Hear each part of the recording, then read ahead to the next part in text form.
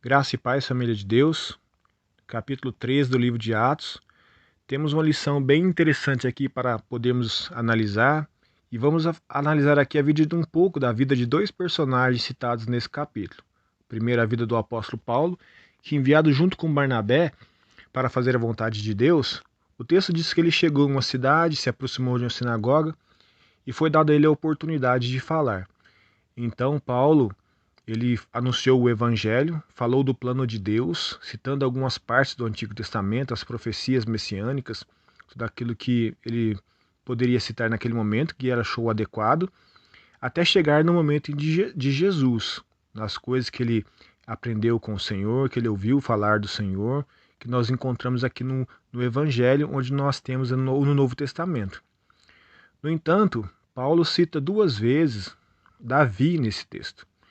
A primeira vez ele cita Davi como o homem que Deus disse: achei a Davi o homem segundo o meu coração.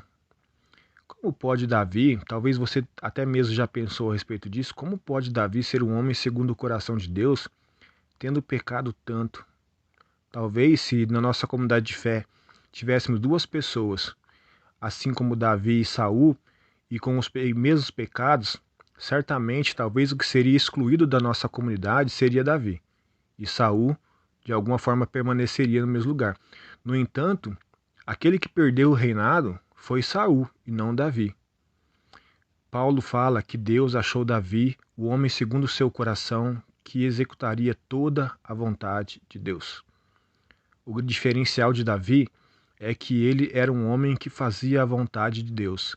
Fazer a vontade de Deus não significa que não vamos tropeçar. Nós somos imperfeitos. Mas uma da diferença entre Davi e Saul é que Davi se arrependia. E Davi estava profundamente engajado em fazer a vontade de Deus, enquanto Saul era um obstinado, pensando em fazer somente aquilo que era da sua própria vontade.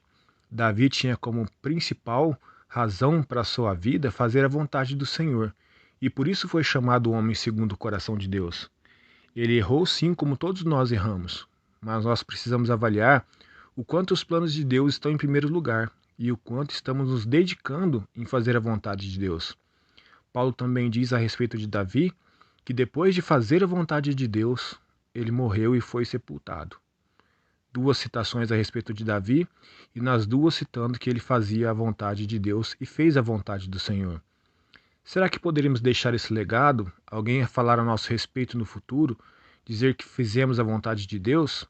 E se não estamos fazendo, ou se não fizemos ainda, quais são os inimigos disso? Quais são os inimigos da nossa batalha que tem nos impedido de fazer a vontade de Deus? Paulo, por exemplo, enfrentou falso mestre nesse mesmo capítulo, um feiticeiro, e depois, mais à frente, a perseguição dos judeus. Mas no final do capítulo fala que ele, mesmo sendo expulso da cidade, ele continuou anunciando, e no entanto a Bíblia diz no último versículo, se eu não me engano, diz que ele saiu dali feliz e cheio do Espírito Santo. Paulo também tinha suas dificuldades. Ele mesmo disse que aquilo que ele queria fazer, ele não fazia. E aquilo que ele não queria fazer, isso sim, ele fazia. Então ele era falho, assim como Davi. Mas Paulo também tinha, em primeiro lugar, fazer a vontade de Deus. Paulo chegou a dizer que não tinha mais como preciosa sua própria vida, a não ser para fazer a vontade de Deus.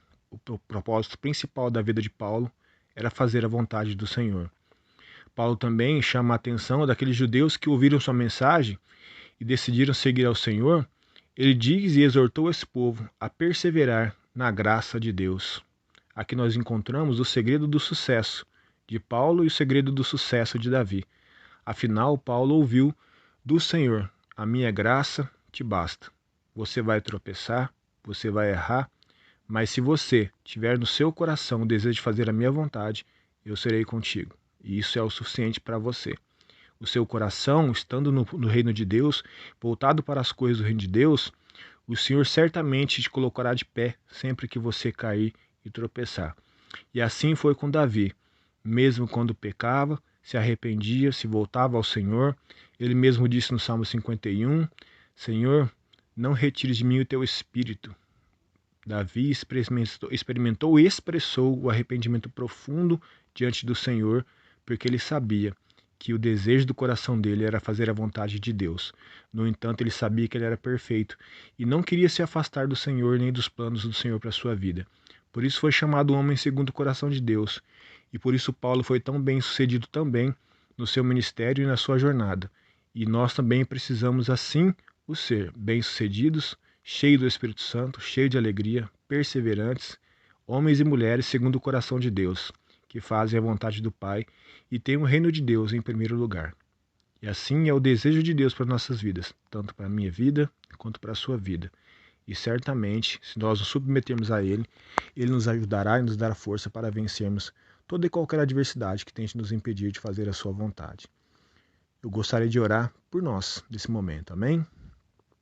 Deus Todo-Poderoso, nós temos sim, Pai, uma batalha dentro de nós, mas que o Senhor nos dê um coração assim como o coração de Davi, assim como o coração de Paulo, que tinha as coisas do Senhor em primeiro plano, que ansiavam fazer a sua vontade e desejavam ardentemente cumprir o propósito do Senhor para a vida deles. Que seja assim em nossas vidas, e que num tempo futuro nós possamos também ser lembrados como pessoas que deixaram um legado, homens e mulheres que fizeram sua vontade, que se dedicaram com todo esmero, com todo esforço para fazer aquilo que o Senhor deseja e nos chamou para fazer.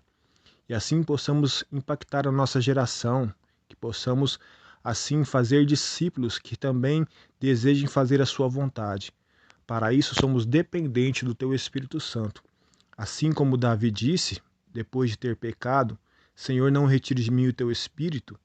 Esse é o nosso clamor, que Teu Espírito jamais se afaste de nós, e seja Ele que nos motive, que nos inspire e nos dê força para fazermos a Sua vontade, porque esse é o desejo do nosso coração.